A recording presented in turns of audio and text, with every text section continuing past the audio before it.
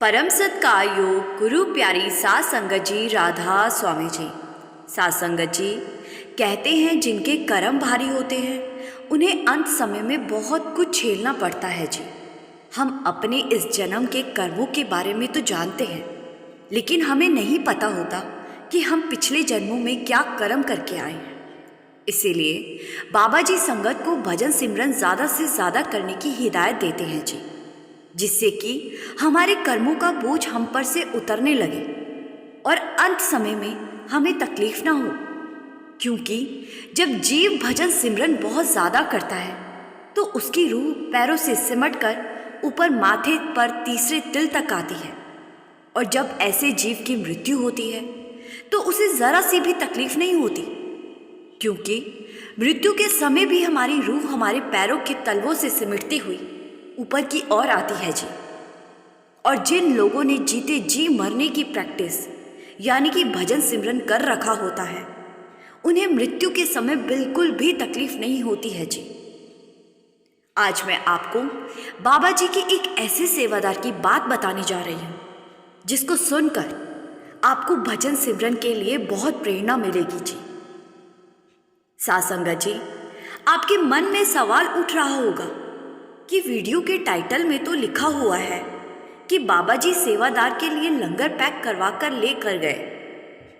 जब आप इस वीडियो को पूरा सुन लेंगे तो आपको जवाब मिल जाएगा जी। ये सेवादार भाई 45 साल की उम्र में आने के बाद एक सत्संगी बना था जी। उसके पहले ये मांस शराब जुआ सब कुछ करता था, लेकिन वो कहते हैं ना, जब सद्गुरु ने अपनी ओर खींचना होता है तो सद्गुरु ऐसे जीव को खींच ही लेते हैं। इस भाई की पत्नी और माता पिता सभी सत्संगी थी और इनके घर में अक्सर शब्द और सत्संग चलते रहते थे जी। लेकिन इस भाई की इन सब में कोई रुचि नहीं थी। अपने पूरे जीवन में ये बस एक बार अपने परिवार वालों के साथ उनकी जिद पर डेरे गया था जी, और वहाँ इसने सत्संग सुना था और माँ बाप के जोर देने पर थोड़ी सी सेवा भी कर ली थी। उसके पहले ये एक बार भी सत्संग घर या डेरे नहीं जाता था।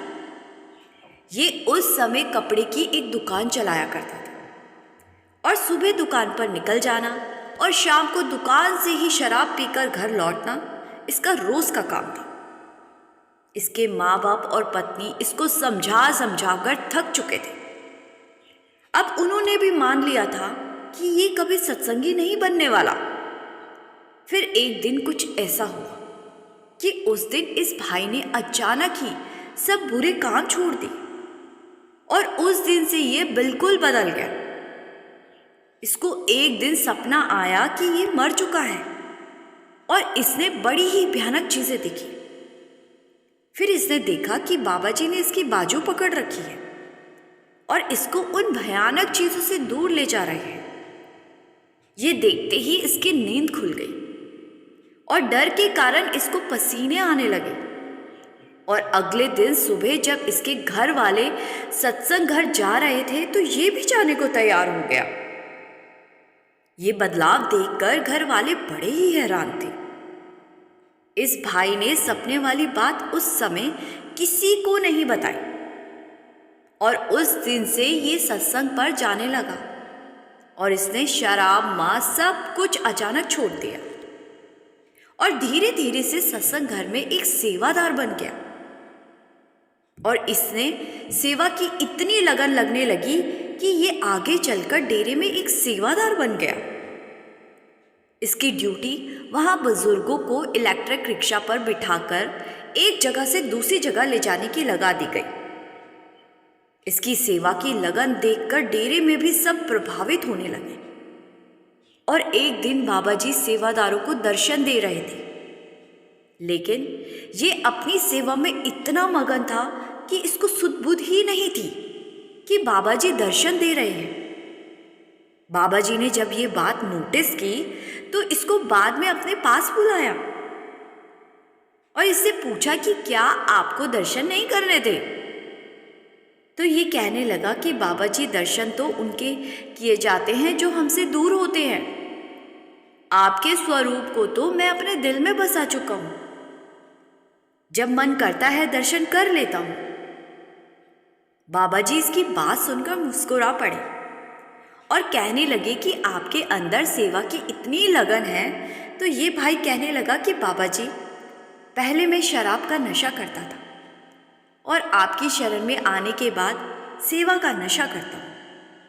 इस नशे में मज़ा ही इतना है कि मुझे कुछ और दिखाई ही नहीं देता। फिर बाबा जी ने कहा कि बेटा, सेवा के साथ साथ मालिक से रिश्ता जोड़ना भी ज़रूरी है, भजन सिमरन भी ज़रूरी है। तो ये भाई कहने लगा कि बाबा जी, मुझे अभी नामदान नहीं मिला है। तो बाबा जी ने कहा कि भाई, जब आप अप्लाई करोगे तभी तो मिलेगा ना। नामदान मांगना आपका हक है, देना ना देना मालिक की मौज है। आप अप्लाई तो करो। फिर बाबा जी कहने पर इस भाई ने नामदान अप्लाई कर दिया। और साथ संगत जी, जब खुद कुल मालिक इस भाई को नामदान अप्लाई करने के लिए बोल कर गए तो इस भाई को तो नामदान मिलना ही था। लेकिन इस भाई ने नामदान का ज़रा भी लाभ नहीं उठाया। ये 24 घंटे में से 4 से 5 घंटे सेवा में बिता देता और बाकी के 9 से 10 घंटे दुकान पर लग जाते। उसके बाद ये इतना थक जाता कि भजन सिमरन नहीं कर पाता था। जब भी बाबा जी इसको मिलते तो हमेशा कहते कि भजन सिमरन किया करो, और ये कह देता कि बाबा जी, अभी तो बहुत साल पड़े हैं, आगे कर लूँगा। ऐसे ही 20 साल बीत गए। इस भाई ने इन 20 सालों में 20 घंटे भी भजन सिमरन नहीं किया, लेकिन सेवा इतनी की जितनी आप और हम सोच भी नहीं सकते। अब बुढ़ापे में आने के बाद ये फिर से बाबा जी से मिला और बाबा जी ने पूछा कि अब तो तू बूढ़ा हो गया है, भजन सिमरन कब करेगा। ये भाई कह देता कि बाबा जी, बस 2-3 साल और सेवा कर लूँ, उसके बाद तो बिस्तर पर पड़ा पड़ा भजन सिमरन ही करना पड़ेगा। बाबा जी मुस्कुरा देते और आगे बढ़ जाते। अब वो समय भी आ गया जब इस भाई की बूढ़ी हड्डियां जवाब देने लगी। अब ना सेवा हो पाती ना भजन सिमरन। इस भाई ने आखिरी दिनों में बिस्तर पकड़ लिया और घर वालों ने और इसके बच्चों ने इस भाई को अस्पताल में दाखिल करवाया। ये भाई अब बहुत तकलीफ में रहने लगा। आखिरी दिनों में इसे रोटी खानी भी छोड़ दी। डॉक्टरों ने कहा कि अगर ये खाना नहीं खाएगा तो इनकी हालत और बिगड़ जाएगी। घर वालों ने बहुत जोर लगाया, लेकिन इन्होंने रोटी खानी छोड़ दी। बस जूस और चाय दूध पीकर ही गुजारा करने लगे। डॉक्टरों की बात ना मानने पर अब इनकी हालत बहुत बिगड़ गई। इनकी जान मानो निकल ही नहीं रही थी। ये बस वहाँ बिस्तर पर बाबा जी को पुकारते रहते। कई दिन ऐसे ही बीत गए, लेकिन इनकी रूह इनका शरीर ही नहीं छोड़ रही थी। ये आखिरी दिनों में बहुत ज़्यादा तकलीफ में थे। इधर डेरे में बाबा जी की थाली में बाबा जी के लिए लंगर परोसा गया। बाबा जी ने उस दिन लंगर नहीं खाया और बाबा जी ने सेवादार से कहा कि मेरी थाली को एक टिफिन में पैक कर दो, मुझे कहीं जाना है। फिर बाबा जी अपने ड्राइवर के साथ कार में बैठकर अस्पताल पहुंचे और वहां बीमार सेवादार के कमरे में पहले से ही उनकी पत्नी और बच्चे मौजूद थे। बाबा जी को देखकर सब हैरान रह गए। फिर बाबा जी बीमार सेवादार के पास एक कुर्सी पर बैठ गए और बाबा जी ने टिफिन खोला और अपने हाथों से सेवादार को थोड़ी सी रोटी खिलाई। और रोटी खिलाने के बाद बाबा जी ने सेवादार के तीसरे तिल पर हाथ रखा और कुछ ही पल में सेवादार ने चोला छोड़ दिया। बाबा जी ने वहां किसी से कोई बात नहीं की और वहां से चले गए। ये नज़ारा जब सेवादार की पत्नी और बच्चों ने देखा तो वो अपने आंसू नहीं रोक पाए और ये बात उन्होंने ही संगत को बताई थी। संगत भी ये सुनकर रोने लगी थी।